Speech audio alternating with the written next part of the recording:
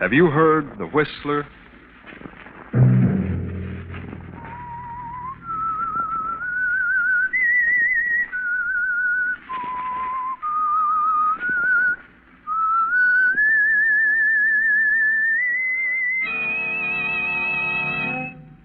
I'm the Whistler.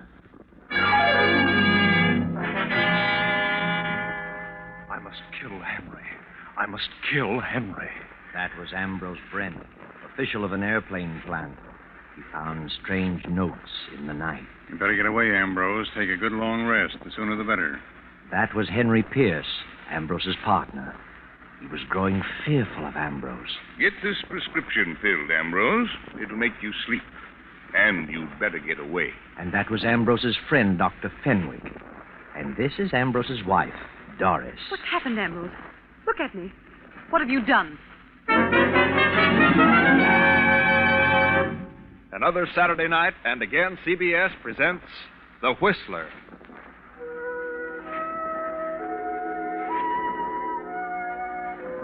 And I, the Whistler, know many things, for I walk by night. I know many strange tales, many secrets hidden in the hearts of men and women who've stepped into the shadows. I know the nameless terrors of which they dare not speak. And so I tell you tonight the strange story of Notes in the Night. A storm rages wildly over the countryside. Beyond that long row of trees stands a lonely house half hidden in the darkness of the night. Not a single light appears from any of its many windows. But up there in that room with a large window, a man stirs fretfully in his sleep. The man is Ambrose Brent, an official of an airplane plant. But it's not the storm that stirs his uneasy slumber. It's something else, something far more sinister, something that has happened many times in the past few weeks. Now he stirs again, moans loudly, and suddenly sits bolt upright in his huge bed. Who's there? Who's there, I say? It's funny. I swore I heard something. I swear I felt someone in the room. Turn on the lamp, Ambrose. You'll see. I can't imagine what's happening to me. It's just nerves, I guess. It's just... Good Lord. Another note. Another one. I must kill Henry. I must kill Henry. That's the third note this week in my own handwriting. I've got to do something. I've got to tell someone. Henry's my best friend. Oh, it's nerves. I know. I'll call Dr. Fenwick. Doc will know what's wrong. Fairchild 1834W. Yes. Hello? Is Dr. Fenwick in? No, Dr. Fenwick isn't in. He can be reached at Walnut 2380. Walnut 2380. That's Henry Pierce's number. I can't go there. If there's anything to this, I must stay away from Henry. I've got to see Doc Fenwick. Wait till morning.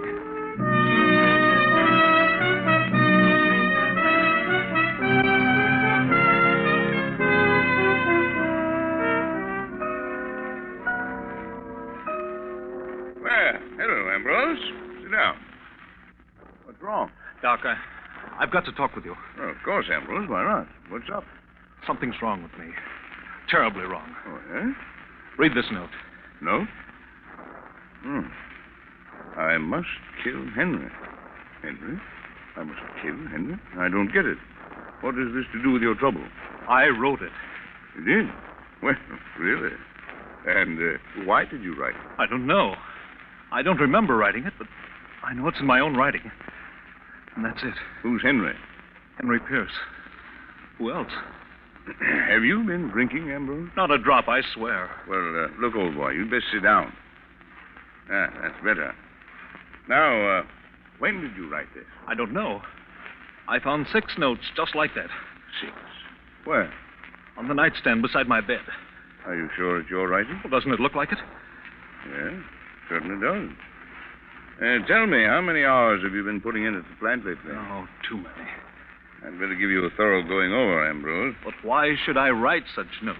I don't know. Mind plays queer tricks on us sometimes under undue strain. You better slow down. That's my best prescription. Take it easy. Get out of town as soon as possible. Yes. Yes, I guess you're right. Here, I'll give you something for your nerves. Thanks. Doctor, you don't think I'm losing my mind, do you? No, Ambrose. You're just terribly upset, that's all. Here. Here's your prescription. You better get it filled tonight. Thanks. I'll leave Saturday. You don't think there's anything wrong with me? Mentally, I mean. If you're in town after Saturday night, I'll drag you out with my own two hands. Good night, Doctor. Good night, Ambrose. Sleep tight. And don't think about anything.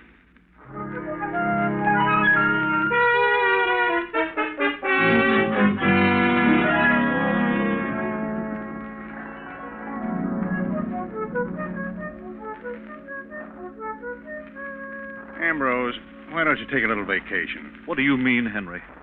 Have you been talking to Doc Fenwick? Fenwick? Of course you have. He told you all about it. About what? I feel better than I've felt in years. I'm in excellent condition. Do you hear? Certainly I hear. What's wrong with you, Ambrose? Nothing. If you act like this, I'll be forced to agree with Doc Fenwick. What has he said? He just said you were overworked. Well, he doesn't know everything. Ambrose, you'll please me very much if you'll take a little vacation. Did Doc Fenwick tell you what was bothering me? Yes, he did, Ambrose, and I think you'd better get away as soon as possible. Oh, I'm sorry, Ambrose, but don't worry. Everything will be all right. Then you're not worried? You're not upset about it? Certainly not. Why should I be? Please believe me, Henry, I wouldn't do such a thing. I've never even thought of such a thing. I'd kill myself first. You do believe me, don't you? Huh? Why, of course I do, of course. I wouldn't kill you. I have no reason. Shall I drive you home, Ambrose? No, I'll get home. I'd better leave tomorrow, hadn't I? I'll go up to my place in the mountains. There's no one there. My wife has gone to Palm Beach. Yes, Ambrose. You better leave tomorrow. Yes. Doris will be back from Palm Beach in 3 weeks. That'll be long enough. I'm sure you'll find things different when you return. Quite different. Good night, Henry. Goodbye, Ambrose. Sleep tight and don't think about anything.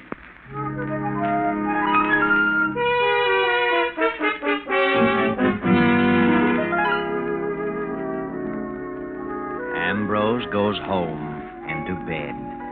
The clock ticks off the eerie hours. The clock chimes 2.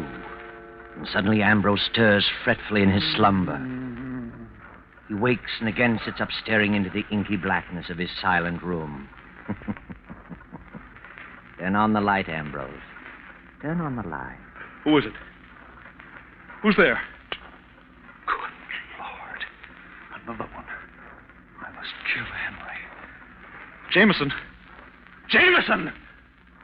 I've got to get hold of myself. This is ridiculous. Jameson! I'm losing my mind. I must be. Did you call me, sir? Yes. Yes, I called you. I thought I heard a scream. A scream? No, What time is it? It's long after midnight, sir. It's 2:00. 2:00? Oh. Pack my bag. Order my plane to be ready in 30 minutes. Where are you going, sir? It doesn't matter. Yes, sir. I've got to get away. I've got to. 2:15. I must get away. I must. I'm mad. I must be. Jameson! Jameson! The car is at the door, sir. Then come on with the bag. Where are you going, sir? I don't know where I'm going, Jameson. Understand? Yes, sir, I understand. Good night, Jameson. Goodbye, sir.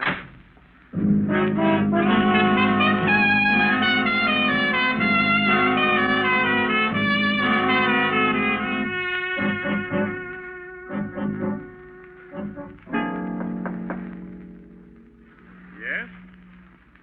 Yes? Who is it? What do you want? Come in. Ambrose, is that you? What on earth are you doing here at 2:30 in the morning? What's wrong? I say, what's wrong with you? I must kill Henry. I must kill Henry. Ambrose, put up that gun. No, don't, Ambrose. Don't. I must kill Henry. Don't, you're mad. Don't come near me. Don't. Ambrose.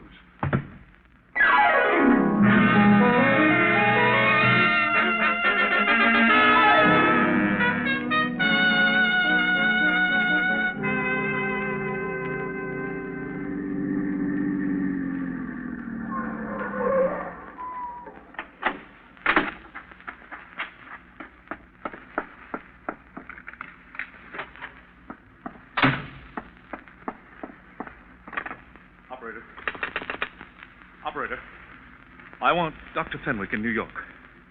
Fairchild, 1834W. Please. It's Dr. Fenwick's residence. Make it person to person. This is Crestline 142. I've got to talk to someone. I've got to. I can't stand this silence, this being alone. Hello? Oh. I see. No, never mind. I'll call tomorrow. Put up your hands. Don't move. Doris! Ambrose! What on earth? What are you doing here? Why, what are you doing here? I thought you were in Palm Beach. What are you doing up here in the mountains? I changed my mind. I decided to come up here. Why didn't you let me know? I didn't think about it. I was going to phone you in the morning. Well, how did you find time to get away from the plant? I thought you were too busy to eat. Well, I decided I needed to rest. So It's an early hour to arrive. 5 a.m. Is it?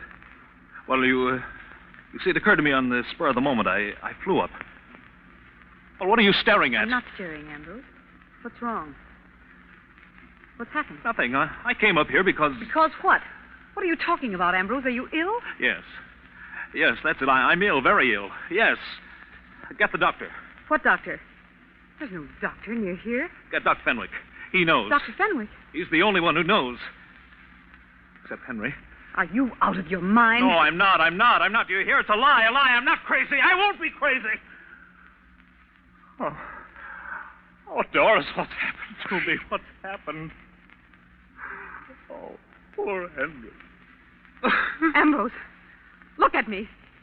What have you done? What have you done? Let me alone.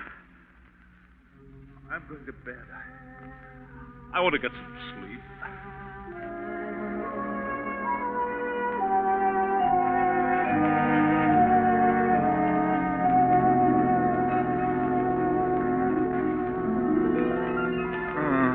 I've done nothing.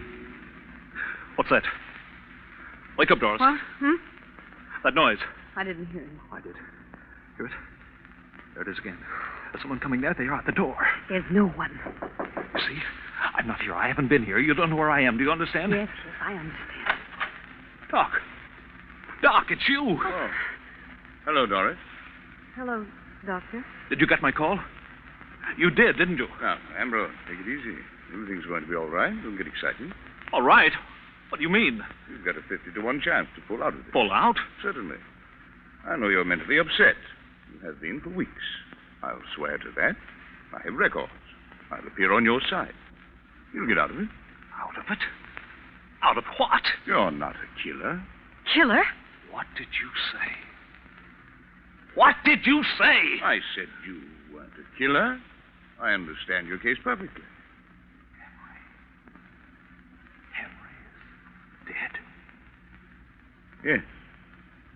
I'm sorry to say Henry is dead.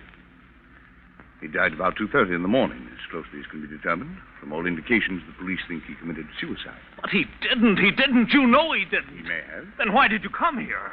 I thought this is where you'd come, and I was right. What does this mean, Doctor? It means that if Henry's dead, I killed him. I must have. Must have.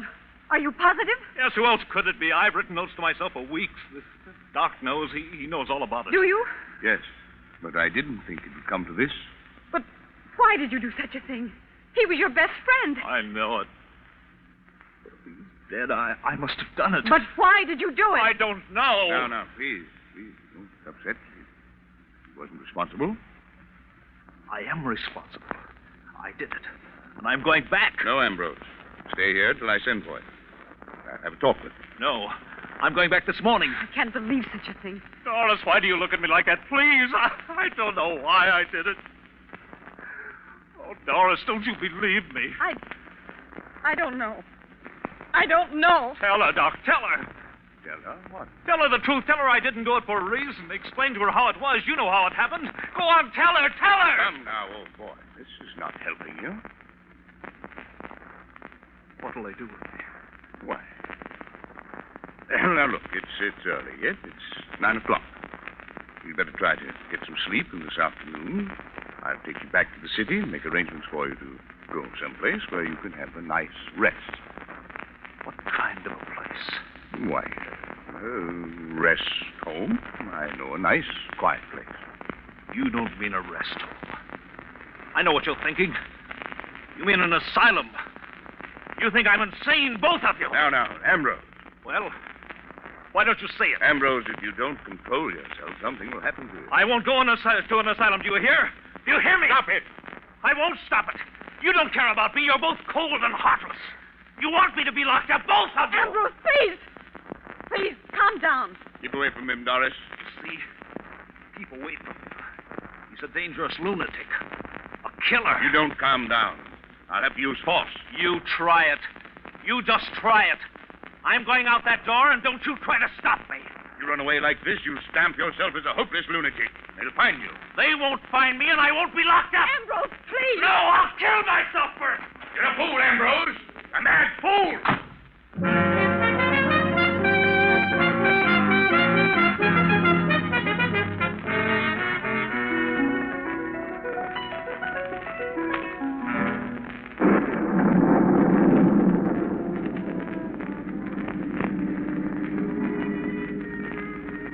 Now you've done it, Ambrose. You've really made a mess of things. You're a fugitive now. They'll throw out a dragnet. You'll have to run and hide and sneak, afraid of every shadow. You'll have to run, Ambrose. Hide and sneak and run for the rest of your days. Ambrose Brent, fugitive.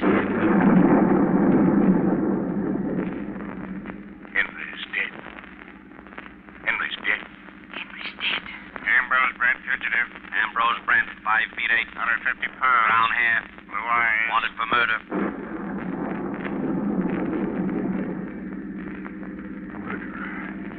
Fugitive. Lunatic. Padded cell. Lunatic. Padded cell. Lunatic. Hurry, Ambrose, hurry. More gas. Step on it.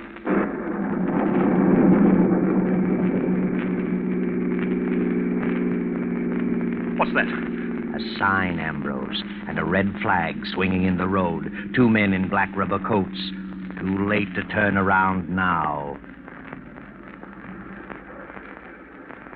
What's your hurry, mister?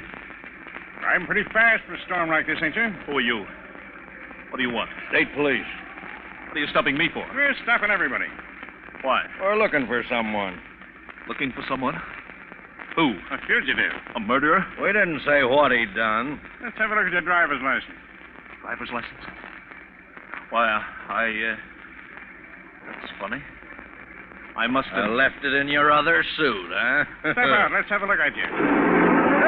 Hey, you come back here. What's eating him? He must be nuts. Well, I could have plugged him, but I just shot in the air. Just as well. He wasn't Mike Coretti. I could make 2 of him.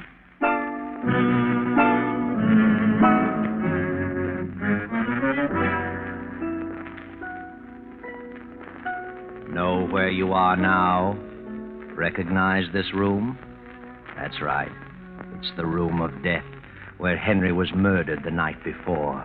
His body has been removed, but the pad on his desk is still there, smeared with a large brown stain.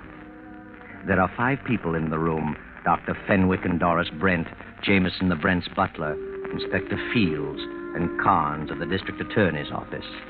The inspector is speaking. District Attorney Carnes had an appointment with Henry Pierce. It was he who discovered the body this morning. Pierce had been dead about 7 hours. Right, Mr. Carnes? That's right, Inspector Fields. We attempted to reach Mr. Brent and were told by Jameson, the butler, that he left town at 2 in the morning. He told us about the place in the mountains, and there we reached you, Mrs. Brent. You've no idea where your husband is, Mrs. Brent? Not the slightest. Your butler said you had gone to Palm Beach. Yes, I started for Palm Beach, but I changed my mind and went to the mountains. And your husband came there last night? Yes, it was about 5 in the morning. About 9 o'clock. I flew up to the cabin and got there a few minutes before 9. Why did you go there, Doctor? Well, I had advised Ambrose to take a rest. He's been working too hard and was heading for a nervous breakdown. When I learned of Henry's death, I went to tell him about it. Doctor, you visited Henry Pierce here last evening. I did. He phoned me to come over. I got here about 11. He'd made a new will and wanted me to witness it and asked if I would serve as executor. I read it and signed it. I see. In whose favor was the will drawn? Well, the old will left everything to Ambrose. Henry had no living relative. But because of Ambrose's mental condition, he decided to leave everything to Doris, Mrs. Brent. That's correct. I found the will on the desk. Was Ambrose Brent your patient? Yes, of course. What was his trouble? Too much work. He had a great responsibility. Did you think he was losing his mind? No. Did he think so? Well, he was terribly upset. He'd been having hallucinations. Doctor, when was the last time you saw him prior to finding him in the mountains? The evening before Henry died. I wrote him a prescription. Mm-hmm. And where did you go after you left Henry Pierce last night? I told my servants that I was going out of town for a holiday, but it was storming so when I left Henry that I decided to stay at my club. Mrs. Brent, did your husband, Mr. Pierce, ever quarrel? Not to my knowledge. They were the best of friends. I see. Have you told us all you know, Dr. Fenwick? No. Then I think you should. What was it that bothered Ambrose Brent? Well, he said he had been writing himself notes. They were all alike, in his own handwriting, and all said the same thing. I must kill Henry. I didn't know this. Certainly not. That was the patient's private business. I thought that if I could get him away for a rest, he'd pull out of it. There you are, Carnes. Must have been on his mind. Yes, but what's the motive? An unbalanced mind doesn't always need a motive. Then you think Ambrose did it? He loved Henry like a brother. If he did it, he was completely out of his mind. Believe me. Ambrose! What? Well, thank heaven. You finally came to your senses. Come in, Mr. Brent. I suppose you want to see me? I'm Inspector Fields, Police Department. This is Mr. Carnes of the District Attorney's Office. Yes, I know Mr. Carnes. I thought you'd gone on a little vacation, Mr. Brent. I had gone, but not on a vacation. Mr. Pierce told me you'd gone for a couple of weeks. I was going on a vacation, but something changed my mind. Oh? What was that? You know. You know why I've come back. Henry's dead, and I killed him. When did you kill him? I don't know. Must have been last night. Why did you do it? I wish I knew. I recall neither the crime nor the motive. But I'm sure I did it. Why are you so sure you did it? Because of these notes, 6 of them. I've been writing notes to myself for weeks. Read them. Are they in your own handwriting? Certainly. But I don't remember writing a one. I must have some form of amnesia. Hmm? When I heard Henry was dead, I tried to run away. I couldn't stand the thought of an asylum, but the faster I ran, the more I hated myself, so I came back to get it over with. It's a great relief. Now, Mr. Brent, compose yourself. Mr. Brent, did you know that Henry Pierce made a new will last night, leaving his estate to your wife? What? Why should he do that? Well, perhaps he was worried about you. Of course. Why shouldn't he be? He knew I was acting strangely. Take a look at this will. Is that Henry's signature? Certainly. You're sure it isn't your writing? It is not. I couldn't copy his signature if I tried. It's just a bunch of scrawls. Mm-hmm. Oh, Mr. Brent, take this pad and write on it, I must kill Henry. Please, isn't that being a bit brutal? Go ahead, write it. There you are. Good. Now write the date on it. They weren't dated. Well, write it anyway. Write the date in numerals. Don't name the month. There it is. Thank you. Now you write the same, Mrs. Brent. There. Thanks. Now you, Dr. Fenwick. There you are. Mm-hmm. Well, The notes you got were certainly in your own handwriting, Mr. Brent. I told you that. Why waste so much time? I came back to get it over with. I'm tired. There, you need some sleep, old man. You'll feel better after you've had a nap. I can't sleep. I haven't slept for days. You should have. You've been taking that medicine I gave you. I didn't get it. I didn't want to sleep. I just wanted to get away. Here's the prescription, still in my pocket. Prescription? May I see it, please? Thank you. What is this medicine, Doctor? It's intended to induce sleep, but he's so stubborn he wouldn't take it. If he had, this wouldn't have happened. Inspector, take a look at this note written just now by Mr. Brent. I must kill Henry. And the date. 5/14/42. May the 14th, 1942. Now, Mrs. Brent's note. I must kill Henry. 5/14/42. The same. Mm-hmm. And now Dr. Fenwick's. I must kill Henry. 14/5/42. And now read the date on the will. 14/5/42. What does that mean? There aren't 14 months. And now look at the date on this prescription. 14/5/42. Well, I'll be darned. What does it mean? It means that Dr. Fenwick was educated in Europe, where they indicate the day of the month first, then the month. The 14th day of the 5th month. What? Well, you're crazy. Are you accusing me of this? It means that the doctor, not Henry, wrote this will, and if he wrote the will, he must have killed Henry Pierce. And if he killed Henry, he must have had a motive. And I've guessed that motive. You're out of your mind. What motive would I have? You also wrote those notes and left them for Ambrose to find. You're an expert at handwriting, Dr. Fenwick. You figured that Ambrose would be declared insane, and Henry's, as well as Ambrose's property, would go to Doris with you as executor in complete control. I don't believe it. Ridiculous. And this is what I hate to say at this moment, but I think it's true. Dr. Fenwick, tell him about you and Mrs. Brent. That's a lie. Tell him, Doctor. That's what's back of the whole thing. You're stuck. You might as well tell him. All right. All right, I wrote the will. I wrote the notes. I am in love with Doris. I have been for years. She was in love with me. Doris. I'm sorry, Henry. But she had nothing to do with Henry's death. Not a thing. I came here that night disguised as Ambrose. Henry didn't hear my voice. I only whispered. He thought it was you. That's all. Sorry, Doris. Stop him! Good Lord. Well, the doctor is dead.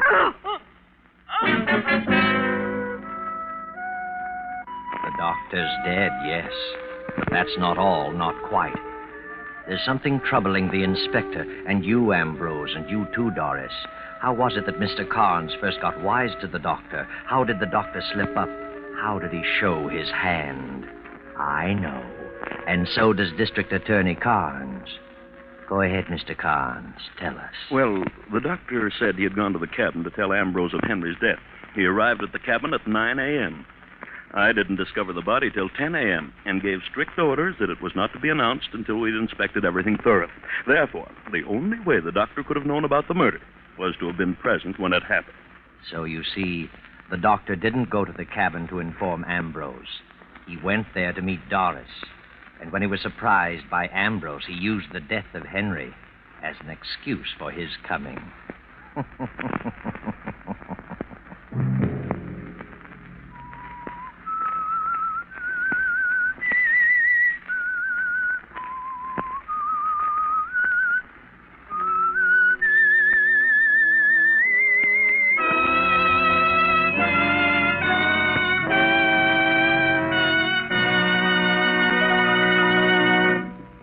CBS has presented The Whistler.